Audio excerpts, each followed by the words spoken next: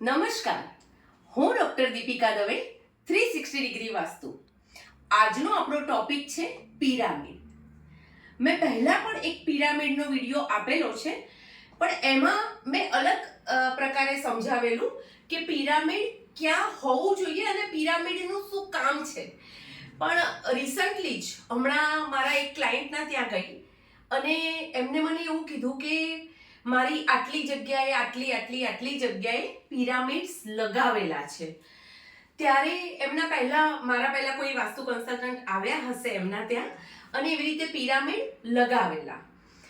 તો મારી દરેકને એક નમ્ર વિનંતી છે કે પિરામિડનું કામ જે પણ જગ્યાએ તમે મૂકો, એક તો પહેલા હોલો પિરામિડ મૂકવાનું હોય છે અને વુડનનું હોવું જોઈએ પિરામિડ. તો એ પિરામિડ તમે મૂકો છો તો નોર્થ ટુ સાઉથ એક્સિસ હોવું જોઈએ અને એ તમને એનું કામ એવું હોય છે કે પિરામિડ મૂકો તો એ જે જગ્યાની 108 ગણી એનર્જીને એ ફ્લો કરે છે. તો હવે તમે અગર નેગેટિવ ઝોનમાં પિરામિડ મૂકશો તો એ નેગેટિવ એનર્જી ફ્લો કરશે. એટલે ઘણા બધા જે બી લોકો મૂકે છે એના માટે મને કોઈ એવું નથી કે તમે ના મૂકો તમે, પણ નોર્થ ટુ સાઉથ એક્સિસ હોવું જોઈએ. બીજું કે કયા પદમાં હોવું જોઈએ, તો શીખીના પદમાં. E1 નું શીખીનું પદ આવે છે.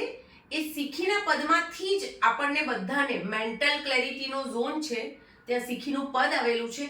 એ શીખીના પદમાં પિરામિડ મૂકવાથી લોકોને નવા આઈડિયા આવશે. એટલે આઈડિયા અને વિઝડમ બંને રહેશે. તો મારી આ જે રિક્વેસ્ટ છે એ કોઈ પણ વાસ્તુ કન્સલ્ટન્ટ હોય તો પ્લીઝ નેગેટિવ ઝોન હોય એમાં તમે પિરામિડ ન મુકાવશો, કારણ કે એની બહુ બેડ ઇફેક્ટ મેં જોયેલી છે. મારી પાસે એના પુરાવા છે, ત્યારે હું આજે વિડીયોમાં બોલી રહી છું. તો મારા એઝ પર માય વાસ્તુ હું E1 માં જ મુકાવું છું, નોટ ટુ સાઉથ એક્સિસમાં મુકાવું છું. એટલે આપણે આ વિડીયોને અહીંયા સ્ટોપ કરીએ છીએ અને મળીએ છીએ મારા નેક્સ્ટ વિડીયોમાં. ત્યાં સુધી bye bye, take care, thank you.